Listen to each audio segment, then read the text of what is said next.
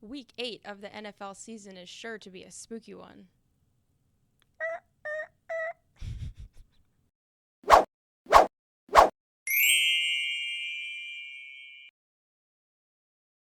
What's up, guys? It's the Odds Couple. I'm Taylor. I'm Sam. I'm the nice clown. I'm the scary clown. Wait, no. You're the scary clown.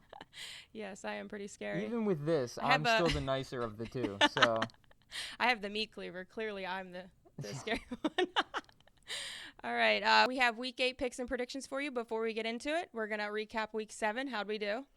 we were dead even. And I should probably take this off, actually, because I don't know if anyone can hear me. That hair. Yeah, I know. Should do this off camera, but you guys get a little behind the scenes glimpse here. Make sure you put your hat on. We need to be matching. Oh, yeah, let's. The hat is stuck in the hair. Oh, Don't buy this costume, by the way, if you guys are still looking for one. Legitimately can't get the hat off. All right. Yes, we were dead even last week. So 13-13 overall. I believe it was 7-6 on the sides, and then 6-7 on the totals. So yeah, even week. Obviously, if you bet, same unit on everything and whatnot, then it's technically a loss when you pay the juice there. But we betting wise had a positive week because we also do props and stuff. So what was the best prop bet last week for you? The best prop bet for me, let me see. Oh gosh, put me on the spot here. The best Mark Andrews touchdown, I think, is what we went heavy on. Yep. Because it was tight ends day. Yes, tight ends week. Yeah, and so actually, technically, as much as we say don't bet the boost on FanDuel and whatnot, that was one that worked out. I think the biggest one we made money on was we went heavy on the FanDuel boost. It was 3 tight ends to get 25 yards. So stay tuned. Follow our Instagram page. We'll send out some props and stuff that we like real quick because a lot of them boosts stay away from. They are dangerous. I think that's the biggest thing I can't even say I've learned in the last week. I've known it, but some of them they seem like sure things, and they're always not. So enticing because they always sound so promising. Like, oh, that I can see that happening. No, you should just fade every one of those boosts. Yeah, you just honestly. have to bet against it. But are you gonna hold that the whole show because it's kind of starting to scare me? I don't know. I mean, that's real. It's a little heavy. Yes, it's real. And I feel like she's gonna drop it on my foot here. So. So I don't know. My arm might give out at some point. I might have to put it down. But I feel like prop wise, it looks great. Okay. Prop wise, that was a nice little pun there. All right. Week 8. Let's get into Week 8. I can't believe Week 8 is here. I know, it's crazy. We're like NFL halfway through, flies. right? Yeah, you get so excited for the NFL season, and then I swear it flies by. It's a heavy week this week because no team's on a bye. Correct. Correct. Yeah. All right, so the first game is Thursday night football. Bucs versus Bills, -8.5. Total sitting at 42.5. What do you thinking? Bills have not looked good. They're sort of like they're coming off of 3 straight losses because obviously they beat the Giants, but it was so terrible that it felt like a loss. Just lost in terrible fashion to the Patriots. They were getting beat by them, seemed like all game. Then seemed like they had the win, and they let them Mac Jones led offense drive right down the field on them. So they've been playing bad all around. Their offense hasn't lived up to the hype. Their defense has been shredded by injuries and then shredded by opposing offenses. But on a short week at home against the Bucs team who's been reeling themselves, the short week favors the home team. The Bucs are going to be traveling. They're going to lose a day of practice. So I do like the Bills in this game where they're going to be hyper-focused coming off of, again, what seems like 3 straight losses and kind of losing traction here in the AFC. So I do lean the Bills -8.5. It kind of sucks to give that much with them because they just haven't been playing well at all, and they really, I feel like, shouldn't be giving this much to anybody. But the Bucs, I just, again, they're reeling as well. Honestly, what this is for me is a perfect spot for a teaser, because I do like the over as well. Because the Bills, they still have a high-powered offense, and their defense has been getting shredded, like we said. So I like the over as well. But if you tease this, you get the total down to 36.5, and you get the Bills under that field goal. So you'd be given 2.5. Okay. So that's honestly what I would do with this pick. For this show's sake, I'm going to take the Bills -8.5 and over 42.5. But I think if you tease this, you'll get it right around even money, and you'll get them under that field goal, and I like that a lot. So And you said under, right? No, over. Over 42 Over and a in the half. Bills, yeah, is what we're going to go with. But again, I would look at a teaser for Right, this one. yeah. Up next, Sunday, Eagles Commanders plus 6.5, total sitting at 43.5. Yeah, Eagles bounced back and kind of handled the Dolphins. I mean, it was a decently close game, but I feel like the Eagles really controlled that game most of the way. Hurts made some plays where it was like, geez, he's still not playing well, but I mean he threw well. He threw for right around 300 yards. Wow. AJ Brown had another big game. So they bounced back in a good way. The Commanders are just going the opposite way. They're just not good, honestly. Sam Howell, actually, did you hear that? Sam Howell just got sacked again, actually. So, that offense is not. Yeah, it was really good. We didn't say we were funny. So Commanders are funny because I feel like we've been chasing them. Every week we're on them. They lose. Every week we pick against them, they win. So it sucks to feel like that we're chasing them again in a spot where they actually have been playing the Eagles well the past few years, honestly. They've always been playing Hurts well. So giving the 6.5 on the road for the Eagles, I mean, in a spot like this, I would usually be against it, but I'm doing it because the Commanders have just looked so bad. The Eagles, again, bounce back after a tough loss. I like them to keep rolling, and I like the Commanders, Washington, to keep reeling. I'll say it every episode. I hate that name. I think Washington is pretty much done. They're going to look to – there's reports that they're going to look to maybe replace Hal soon. I think they need to replace the coaching staff, but anyway, Eagles minus the 6.5. I'll take the over the 43.5 because, again, Eagles D isn't what it was last year, obviously, due to some injuries and some change in personnel, and Commanders D has just been atrocious. So, and they've actually been able to move the ball, like we said, the past few times against the Eagles, even last year with a good defense. So I'll take the over as well there. All right, up next, Jaguars Steelers plus 2.5, total sitting at 41.5. Jags coming in on a 4-game winning streak. Yeah. They've looked good. Steelers have won the last 2 in their own right. And, Steelers at home, still a pretty good defense. I see TJ Watt and that D getting after Trevor Lawrence here. I think they actually snapped the Jags losing streak this week. I'll take the 2.5 at home.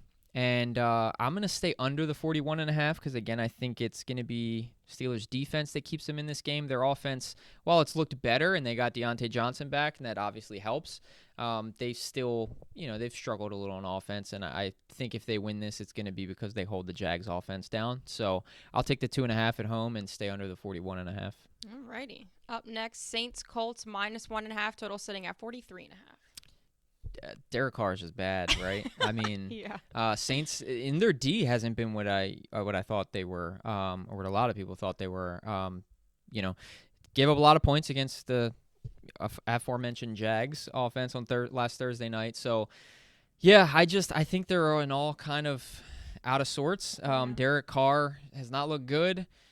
Chris Olave is kind of gone invisible, and now he's getting arrested and all that stuff. So we just watched a video of him. He thought because if he was a team, on the team, he was gonna get a pass. Yeah, that was hilarious. He's like, I'll play for the Saints. Yeah, the cop said, and you're getting arrested. So I mean, it wasn't the most egregious crime in the world. No. We've seen worse from some of these players. He was just speeding, but still, it was just hilarious. So Carr has not looked great. The D, it hasn't been fantastic, and they're going on the road against the Colts, who just got robbed by the refs. They should have beat the Browns. They put up a pretty good amount of points against the Browns D that was supposed to be number 1 in the league. So, crazy thing is, all that said, I'm going Saints minus the 1.5.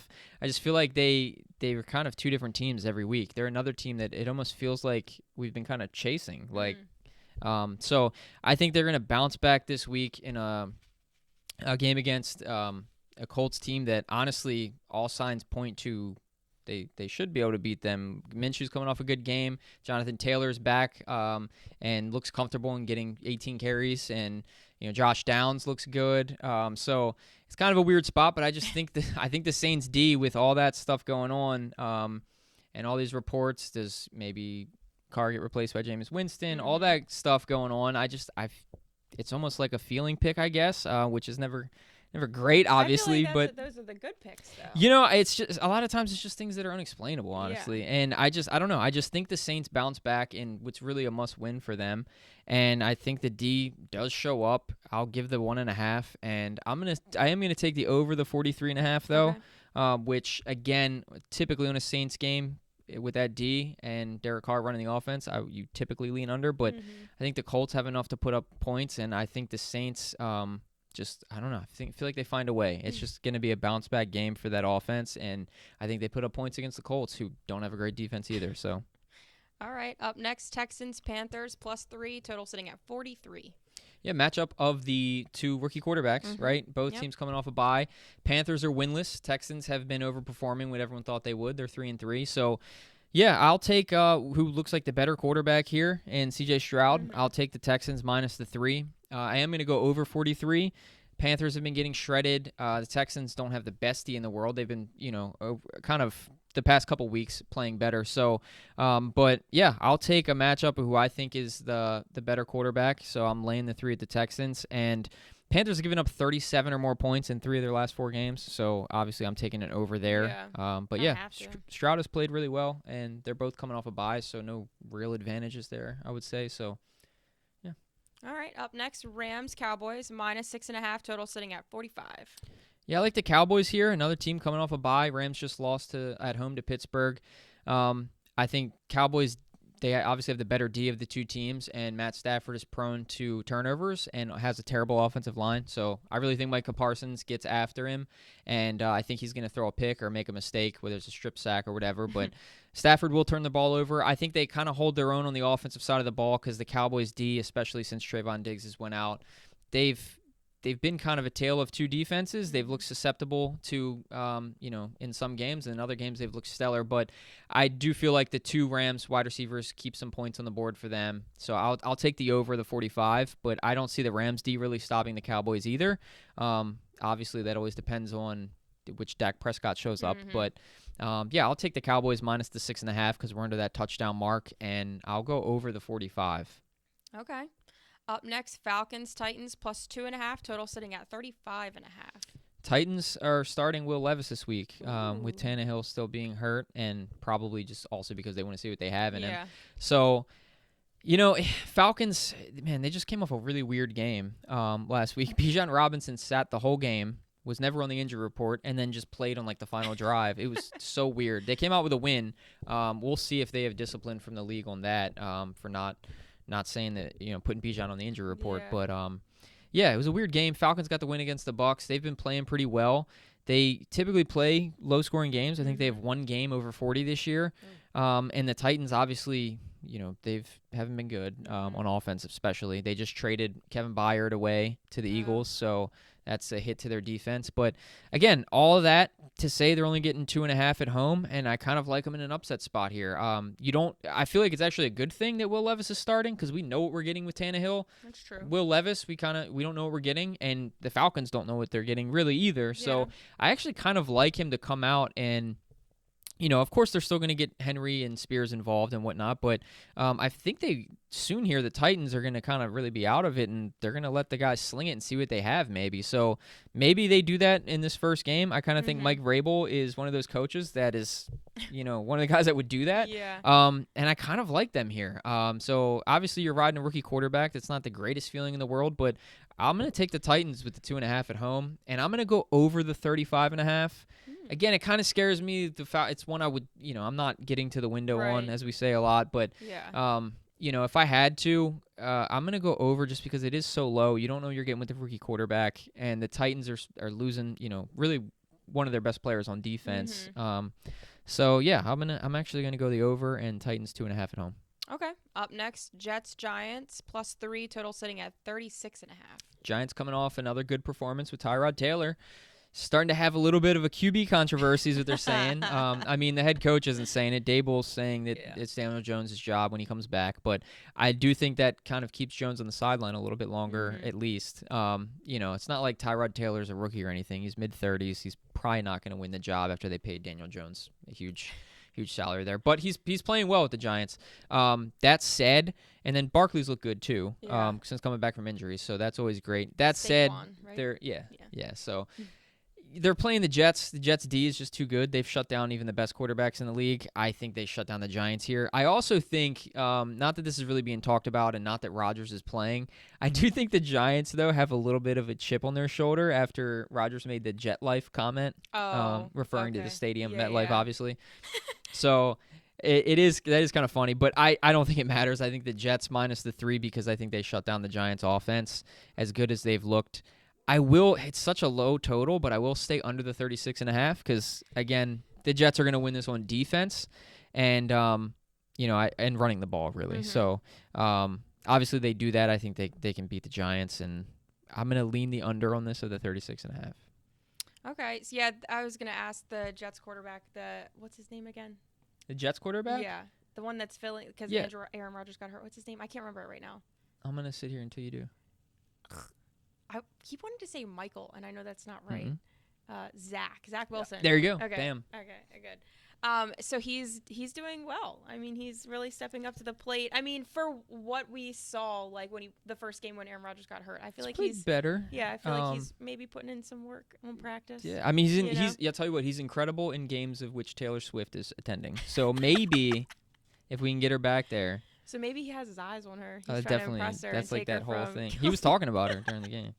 Anyway, right, we don't talk about her on the show. My hat. See it enough on Sunday Night Football. My hat isn't fully attached, so it just keeps flowing. Oh my gosh. This hilarious. Is such a low budget podcast.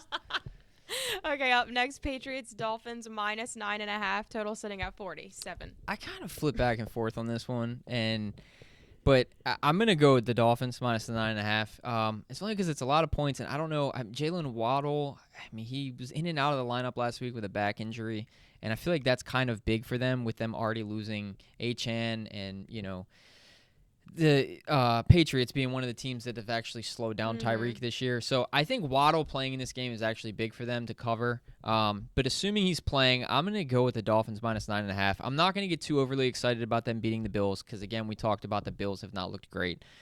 So I'm going to take the Dolphins at home, coming off of a loss to the Eagles. They've gotten blown out twice now, really, by two winning teams, and then losing teams they've handled. Well, the Patriots are 2-5 still. I get it; they're coming off a pretty good win, but they played the Dolphins close. It was a 7-point game when they played each other earlier in the year. They again kept Tyreek Hill in check, which helped that. But that was with Matt Judon and Christian Vasquez still in the lineup. Not Christian Vasquez. Gosh, he played for the Terps. Christian Gonzalez still in the lineup. McCaffrey. I was like, there's a lot of Christians. Yeah. Are you Christian, by the way? That's a different podcast. Sorry. Oh, yeah, we're not reviewing that. Anyway, Dolphins minus the 9.5. I think they bounce back, and hopefully Jalen Waddle plays, like I said. And I'm going to go over the 47. Okay. Because, again, Patriots are missing some guys that they had in the last matchup. Dolphins are going to come out and hopefully, really bounce back from a loss. And, but the Patriots at least looked better on offense, so obviously, that'll contribute to the total as well if they can keep that up. Yeah. So we're going to get into the 4 o'clock games. Vikings, Packers, plus 1.5 total, sitting at 42.5. Vikings just surprising the whole public on Monday night. I think, what you kind of learn, which happens frequently, is when something seems like a sure thing and the public's on it, go the other way. But, I think we can put to bed that Kirk Cousins primetime thing that everyone says. I think we mentioned last week, too. We mentioned it, it is kind of a myth when you really look at the stats. But, I think that's put to bed for sure now. This is one of those spots that coming off of such a high of that win, such a big upset, to then go on the road in a divisional game, it is a little scary, but then you just look at how Jordan Love and the Packers have been playing. True. And I can't not go with the Vikings here laying the 1.5. Jordan Addison had a breakout game, which, he's already had several games where he scored a touchdown. He's already looked good anyway, but TJ Hawkinson with a ton of catches. So that offense has been clicking even without Justin Jefferson. And defensive side of the ball, they haven't looked terrible, honestly, as I thought they would. So that coupled with, again, Jordan Love, he's a very inaccurate passer. Luke Musgrave is not practicing. He was in a walking boot after that hit last week. So, and then Christian Watson, again, another Christian. I think he's going to be playing, but he had that knee injury scare last week as well. So, yeah, I don't know. Just all signs point to the Vikings here. I am going to go over the 42.5. It's just, 5 of the last 6 matchups in this series have gone over this total. And granted, some of them were with Rodgers. I think this is Jordan Love's actual first time playing the Vikings. But still, you see it a lot with teams where it's just like for some reason that matchup, even with interchanging different players, just always tends to lean. Like Ravens, for instance, Ravens-Steelers. Yeah. That's always a low-scoring game, whether it was Lamar, Flacco, whoever. So, yeah, I'm going to lean the over in this, and I'm going to take the Vikings minus the 1.5. Okay. Up next, Browns Seahawks minus 3.5, total sitting at 39.5. Yeah, Browns coming off a game that they shouldn't have won again. Even Pat McAfee is talking about the refs going wild, going wild on them. He's talking about check their families, see if they're betting and all that. I think it's awesome because he's on ESPN now, and he's like shedding some light on it. That's the guy you sent me the video about, right? Yeah. I mean, we're not gonna spend much time talking about this, but some of this stuff seems a little fishy. I'm just saying. Yeah. But yeah, interesting points. But yeah, so Browns, you wouldn't know it by looking at the Colts game, but they have a good D. They're going on the road to Seattle, and Watson is out again. Surprise, surprise. P.J. Walker is starting. He has not looked good. I don't think he's thrown a touchdown yet. He's got 3 picks. So, yeah, this one, it kind of scares me. I definitely like the Seattle money line. If you could get this below, without that hook there, because the Browns are getting 3.5, I would definitely like that better. That way you have, that cushion for Seahawks to win by field goal. I'm staying under the 39.5. I think I like that better than a side, really, because, again, the Browns still have a good D. It's not like the Seahawks, set the world on fire against a bad Cardinals D last week. And P.J. Walker, I don't like him leading the offense against anybody. No Jerome Ford. I know there's, Browns are always a good running team, but now they just lost Jerome Ford at least for a week or two. Kareem Hunt is there. Yeah, he scored 2 touchdowns last week, but he's still, a couple weeks removed off the couch, and he's not really averaging the greatest rushing yards a game. So, yeah, that and the Seahawks D in the last 3 games have averaged giving up only 10 points. So I definitely like the under better. If you have to pick a side here, I would lean the Browns with the 3.5. That hook just really bothers me there. Yeah. If you can get it under that, I would actually, if I had to choose just who's going to win straight out, I would lean Seahawks money line. Again, I just don't trust P.J. Walker. No Jerome Ford. He's not going to sling the ball around. Yeah. And the Seahawks D really isn't that bad, especially the past few weeks. They've been good. So, yeah, for the sake of this, I'll go Browns 3.5. Okay. I'll go Browns 3.5. I told you, very low budget here. I now don't have any clothes. Did you say you don't have any clothes? Clips. Oh, clips. Would you like to borrow my hat? I just realized it is very off my head right now. Oh, anyway. my gosh. It's hilarious. It's stuck in my hair. This is so unprofessional, folks. I mean, it just... You got to balance it off. Gonna... So you broke one clip before we hit play, and now you broke the second clip. Yeah, when I went to go put it on originally, it just popped off, and now here we are. I'm going to just balance it, so I'm going to hold a meat cleaver and balance my hat. Okay. Okay, so for that game, you're taking plus 3.5 Browns. If you could tease it. I would tease down. Yeah, it's another one I'd like to tease on the money line. Yeah, but and under 39.5. Yes, Browns and under for our picks. Okay. Up next, we have Bengals 49ers minus 5.5, total sitting at 45.5. I don't know how I'm supposed to do these with a straight face now. I'm just waiting for the hat to fall off again. Let's see. What is it when the ladies have to like? I can't laugh. Is it like what is it? Africa when they have to balance all this? They like carry all that stuff on their head. On their head. Yeah. With the baskets of fruit. Yeah. Ooh, yeah. Like that. This will help your posture. There you go. Alrighty. I think you said 49ers. Bengals 49ers minus 5.5, total sitting at 45. Yeah, 49ers haven't looked great the past couple weeks. The defense really got exposed a little bit by the Vikings. I would have thought they'd have been able to shut Kirk Cousins down. They did. I don't think they sacked him once. And obviously Addison went wild. T.J. Hawkinson had a good game. So we'll see how much pride they have coming back home after a loss. And again, not looking great. 2 straight losses. Hopefully Trent Williams is back. It's definitely not going to be any Debo, which I think affects them. While he doesn't put up the best numbers since they got Christian McCaffrey. You got me confused with all the Christians now. It's too many of them. Yeah, I think he helps that kind of underneath route combination there, and so I really do think they are missing him a little bit. But that said, even though the Bengals are coming off a bye, they bounced back a little bit the week before the bye, but I do think the 49ers D, again, especially Pride being involved after getting beat by the Vikings, I think they figure some stuff out this week and hold the Bengals down on offense. So I actually like the under in this game. I think it's going to be kind of a defensive battle, running the ball a lot. Obviously, McCaffrey involved heavily. And I'm going to go with the Niners to cover the 5.5. Okay. They still have a much more superior D than the Bengals. And, yeah. Okay. Up next, Ravens Cardinals plus 8.5, total sitting at 44. Ravens coming off a just shellacking of the Lions there that everyone seemed to be surprised with. Lamar pulled back and passed a lot instead of running. So. Yeah, I mean, we had them and in a high-scoring game, but, I mean, I didn't think they'd blow them out that bad. I mean, the Lions, held the one touchdown. It was a little sketchy. I think at halftime it was 28-0, right? I think so, something like that, It was, crazy. Yeah, I think you're right. So, I mean, obviously the Ravens' offense finally looked great.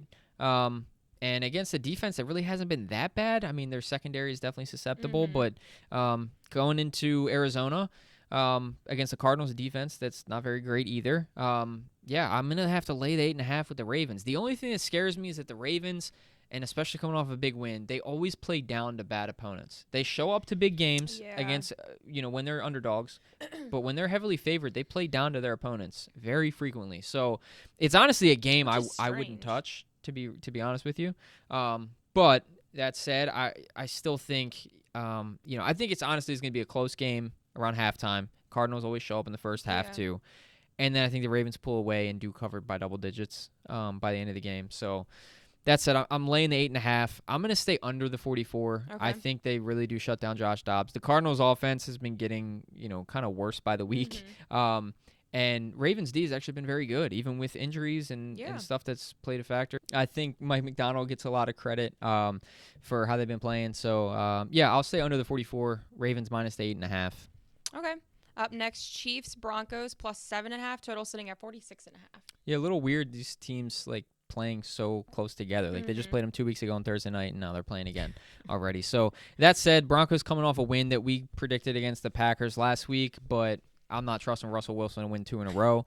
And honestly, their defense played about as well as you could hope against the Chiefs 2 weeks ago, and they still lost by 11. So I'll take the Chiefs with a pretty good defense this year against, a team that they do play frequently. And you'd think the Broncos have actually played them pretty tough the past few, but I'll take the 7.5.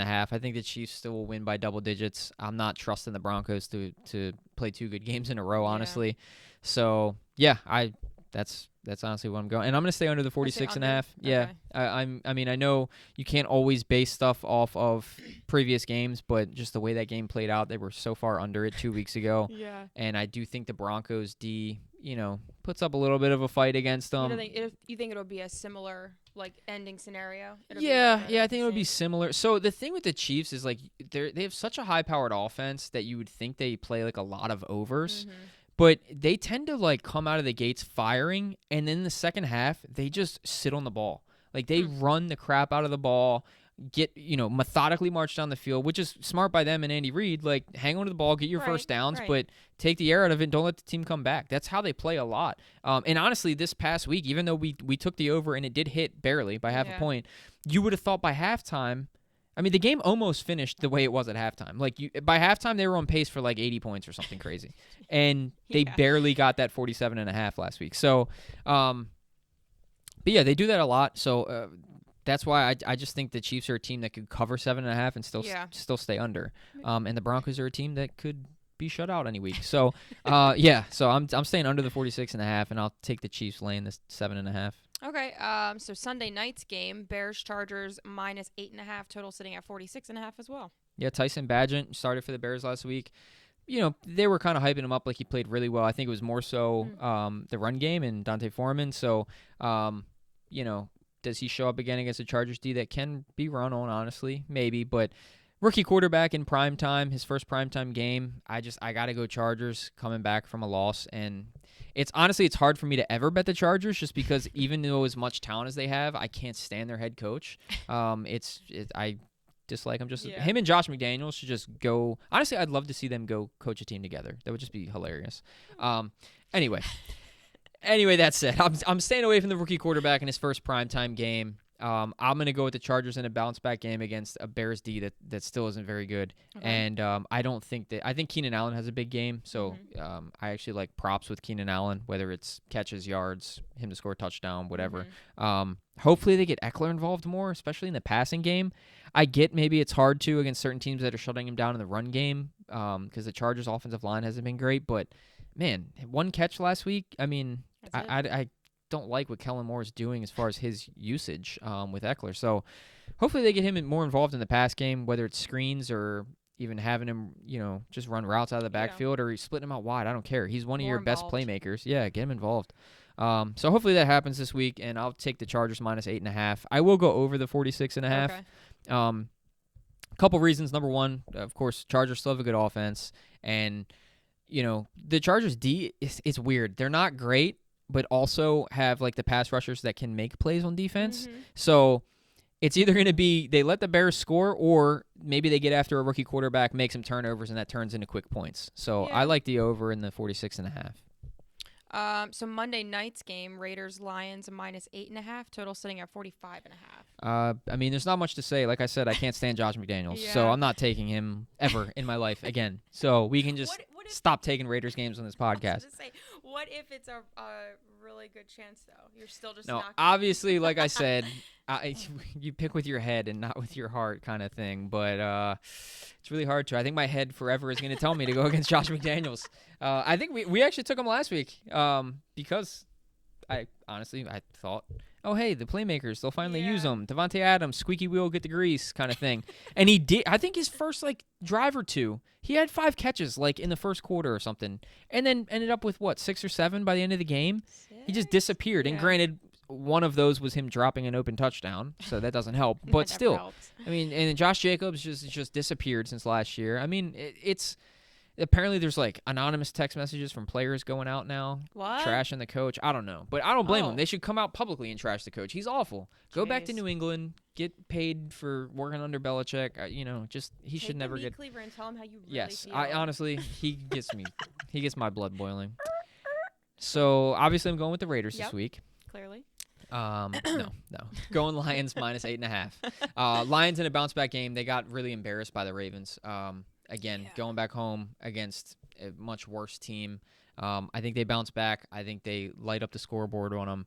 I like Amon-Ra for a big game, which that seems like every week. Yeah, I would say he's got a lot. Yeah, if no Montgomery, I like Gibbs again. I think their D bounces back a little bit here. After, again, just getting shredded by the Ravens. They couldn't stop anything. And, so Lions minus 8.5. I will take the over 45.5 just because the Lions don't have the best D in the world. I don't think Brian Hoyer is going to start this week. Another horrible decision by McDaniels. I don't know why you go with the late 30s guy that you already know how he plays when you can go with the rookie who played well in his first game, see what he's got. No, none of that thought process. Okay. So, whether it's Jimmy G being back or if not, it's going to be Aiden O'Connell. I'm going to assume Josh McDaniels can't be this stupid. So, he'll probably start, and he has made some plays. While he's made some mistakes, obviously, he's made some plays and been able to move the ball. So, I think they do it enough to hold up their side of the total. And I think the Lions come out and put one of those kind of signature Lions performances up on the board and put up close to 30 points. So I'll take the over 45.5 as well. So minus 8.5, over 45.5. Correct. Alrighty. That is all 16 games. That's it. Okay. It's a full plate this week. Yeah. No teams on a bye. You do. Those are fun ones. My hat doesn't stick, so top of the morning today. Oh, my gosh. As we close out the week. I mean. All right, so I have 2 questions, though. What a sign-off. Yeah. We're not done yet. What's your lock play of the week? Lock play of the week? That's one question. That's the first question. Okay. No, lock of the week this week, we're going to lock up the Cowboys, given under a touchdown at home against the Rams coming off the bye. All right. right. And then my second question is, what's your favorite prop bet so far? I know it's kind of hard to pick them like this far in advance, but you did kind of dance around a little bit. So what's your favorite in your mind now? I'm going to go with, now granted, these change all the time, so keep an eye on whether it's receptions, yardage, whatever. And I don't know the exact line right now of what it is sitting. But anything, I'll give you two of them. Anything Keenan Allen. Okay. Yeah, he's the one you danced around earlier. Yeah, so I'd go on his yards this week, maybe even sprinkle in a touchdown for him, and then Amon-Ra St. Brown on Monday night. Yeah. We bet on him last and granted, week. he's probably going to be up high there, but if it's like, say, 6.5 catches, take the over. If it's around like 70 yards like it was last week, take the over, and I would even take him and Gibbs. If no Montgomery, I'm taking him and Gibbs to score a touchdown. Okay. So yeah, heavy on the Chargers offense, heavy on the Lions offense, which are both primetime games this week. So that'll be cool. Alrighty, so there's our lock play and a couple prop bets. Dance and throw in there. There'll be more that pop up. Again, we're trying to be more diligent with posting stuff on the Instagram page, so follow us there. I'll put it up right here. Gotta like, share, subscribe, do all that good stuff. Yes, all that good stuff. Oh, what I was going to say is we also post, like, if, like, boosts pop up, like we mentioned. Oh, yeah. We don't. You had a good one last night. We really don't like them, but the ones we like, we're going to put up. So the one that popped up last night, we hit. NBA, right? Yeah. And then a lot of times it's not necessarily a boost that they pick, but, like, they might just give you a profit boost that you can pick yourself. Those are always great to take. You can decide yourself. A lot of the boosts that they plan for, just always know that they're never going to hit more than 50% of the time. It's literally their algorithm calculates what they don't think is going to happen, and then they boost it. But of course, they throw some out there that are going to win. I feel like to keep you hooked. In the beginning of the season, a lot 100% of the times they're better. They're way better, like, because they suck you in that way. They're like, we're going to give you stuff that's more likely to hit, that way you bet them, and then you keep keep thinking you're going to hit the boost, and so they make them harder and harder and harder, and they're like, why am I not hitting them now? And 100%. We love sports gambling. I love it. It's a hobby of mine. I love all the numbers to it. I love the feeling of being right, honestly. Yeah. And I will be the first to tell you, sports gambling is essentially rigged, and by that I mean, like, even when it's, like, not actually rigged, it's a losing game, and these apps are designed to win money just like a casino is. So those boosts and stuff that they give you, they're going to give you one to get you hooked, and then the next 3 they're going to take your money. So you just have to pick and choose the ones that you like, or just stay away from them altogether. Honestly, is not a bad idea, but the ones we like we'll send out, and then obviously our own picks we're going to send out. So all that to say, follow us on all of our follow social us on media. everything, so you get all of those wonderful picks. This is the longest sign off. Can we get one more hat tip before we go? Sure. Top of the morning to you. Okay, we didn't ask for the words. Okay. What? See you guys. Bye.